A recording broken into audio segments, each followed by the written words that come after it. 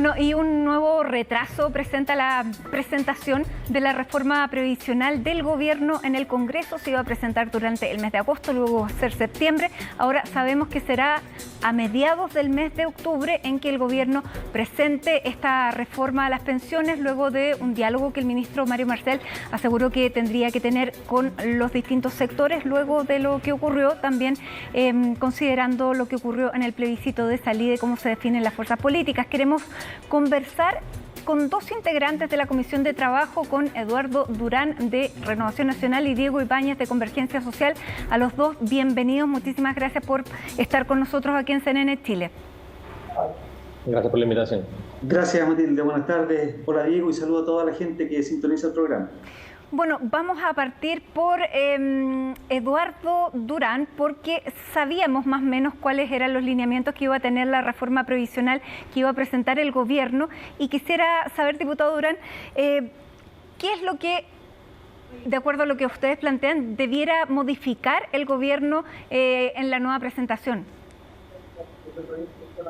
Bueno, en primer lugar, a nosotros nos llama profundamente la atención que a esta altura del año todavía no tengamos un texto que dé cuenta de la reforma previsional que el gobierno está presentando, puesto que era una promesa de campaña de todos los candidatos, una deuda histórica con la ciudadanía, con los jubilados y pensionados, de una reforma a las pensiones. Bueno, ya ha pasado el tiempo, se dijo que se iba a presentar en agosto, ya estamos terminando septiembre y todavía ni un texto serio, ni un texto definitivo respecto de la reforma de Constitución. Ahora, a mí, en lo diputado, particular... claro, pero me imagino que no se haya presentado hasta ahora está más cerca de sus intereses que lo que hubiera estado una presentación a principios de año o en el mes de agosto, porque ahora el escenario cambió.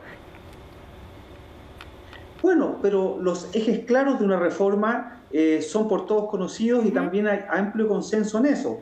Pero a nosotros en lo concreto nos interesa tener el proyecto para tramitarlo en el Congreso, porque mientras no tengamos proyecto ni ley aprobada, los pensionados chilenos seguirán esperando y esperando. Diputado Ibáñez. Bueno, mira, el proceso de construcción de la reforma ha sido materia de un debate amplio tripartito entre los empresarios, los dirigentes sindicales y el Estado. Esos informes sobre esos diálogos se entregaron aproximadamente hace un mes, donde se sugiere efectivamente avanzar en materias relativas al aumento de la PGU, a un componente de solidaridad y a un ente que con distintos criterios comience a administrar las pensiones. Creo que ya estamos en la última etapa, el gobierno está finiquitando los últimos detalles. Esperemos que ingrese pronto a la Cámara de Diputados para que podamos dar de cara a la ciudadanía este debate y no entre supuestos, que es lo que hoy día se ha manifestado. Entonces, sabemos que una de las reformas más importantes del gobierno es una promesa de campaña a propósito de las pensiones miserables que se están presentando hoy día, y yo tengo toda la certeza, lo hemos conversado con el subsecretario, de que va a haber harto consenso respecto de los temas que se planteen en la reforma. ¿Cuáles debieran ser los límites que no se sobrepasen para el oficialismo, diputado Ibáñez? Pero, ¿en qué sentido límites? Por ejemplo, que siga siendo un sistema tripartito, que siga manteniendo digamos, un componente importante solidario, la heredabilidad de los fondos, qué va a pasar con aquello, temas de la administración también de los fondos, si las personas van a poder o no elegir cuál va a ser el sistema que los siga manejando. Mira, en términos generales, la reforma se basa en tres pilares. Primero, que la PGU aumente de 193.000 pesos aproximadamente a 250.000 pesos de manera lo más universal posible. Yo sé que hay cerca de, yo diría, menos del 1% de los jubilados que tienen pensiones sobre 1 millón de pesos. Ahí tenemos que establecer algún tipo de rango para efectos de que el gasto público sea eficiente, las personas que más lo requieren, pero con criterios de universalidad. Un segundo elemento es que el modelo de AFP, como administradores de las pensiones, ha fracasado. Mucho se señala de que las AFP tienen altas rentabilidades, Pero fíjate que hay modelos distintos a los de la administración privada que tienen menores rangos de cotización desde el punto de vista de comisión, digo, desde el punto de vista de lo que se le cobra al cotizante, cerca del 1% de lo cotizado. Para efectos de administración, sistemas como Alemania, como Canadá, van del 0,2, del 0,4, y en relación a la rentabilidad, modelos públicos como el de Colombia, como el de Costa Rica, tienen mayor rentabilidad.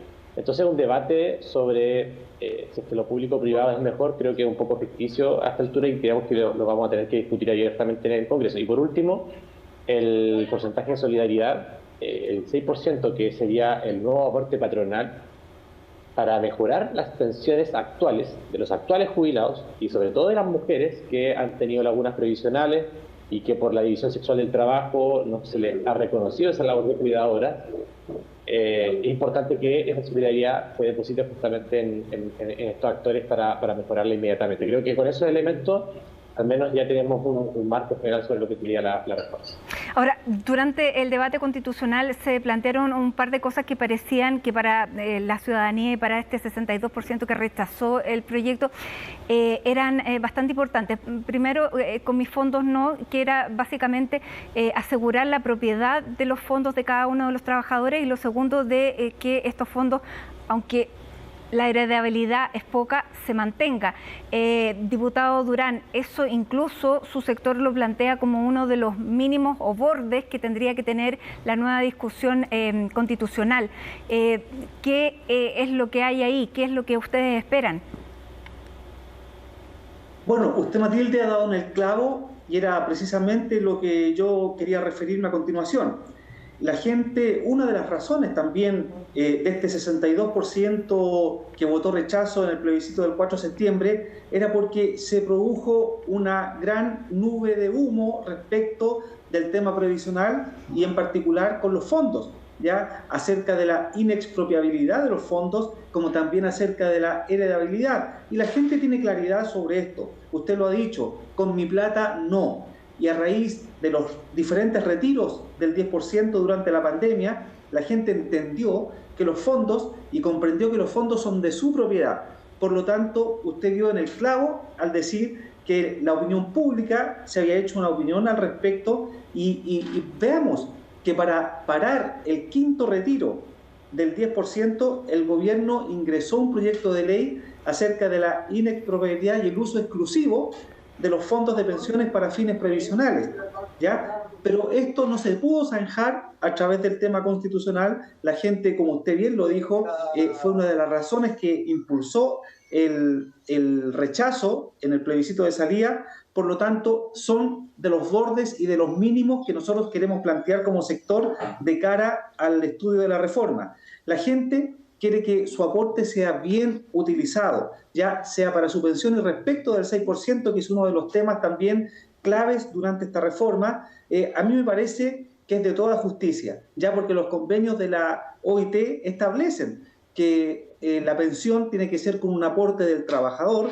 con un aporte del Estado, pero también con un aporte del empleador. Y este es el que se va a cumplir ahora con este nuevo 6%. Ahora, la palabra clave es cómo se va a distribuir ese 6%. El sector que representa Diego está propiciando que todo vaya al fondo de solidaridad y un fondo colectivo. Bueno, yo pienso que ese 6% tiene que ser repartido. Si bien es cierto, hoy en día tenemos que tener una mirada solidaria, sobre todo con los sectores más despostergados, las mujeres cuidadoras, que nunca van a tener una pensión si es que siguen cotizando de la misma manera.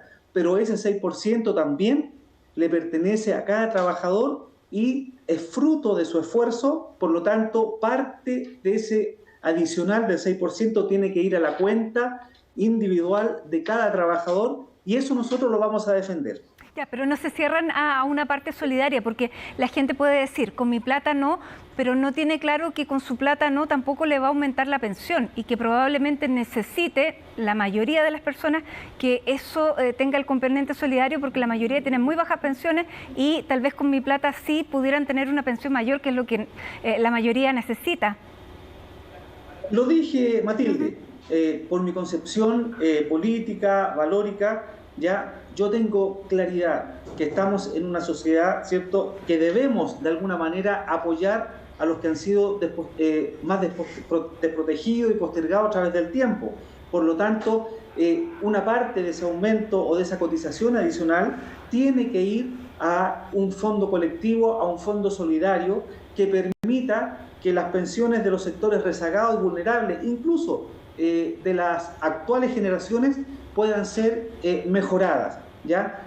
Yo eso también lo voy a defender, voy a ser parte de eso, porque yo entiendo, yo represento un distrito tremendamente popular, comunas como Los Espejos, El Bosque, San Ramón y otras del sector sur de Santiago, y veo la realidad de mis vecinos y me hacen comprometerme en ese sentido a de que ese aumento no solo vaya a la cuenta individual de cada trabajador, sino que también tenga un porcentaje que vaya a un fondo solidario y colectivo que permita elevar las pensiones de todos los chilenos. Diputado Ibáñez, ¿y cómo se va a hacer cargo su sector de este deseo de que no se, digamos, la gente se sienta dueña y sea dueña de sus fondos?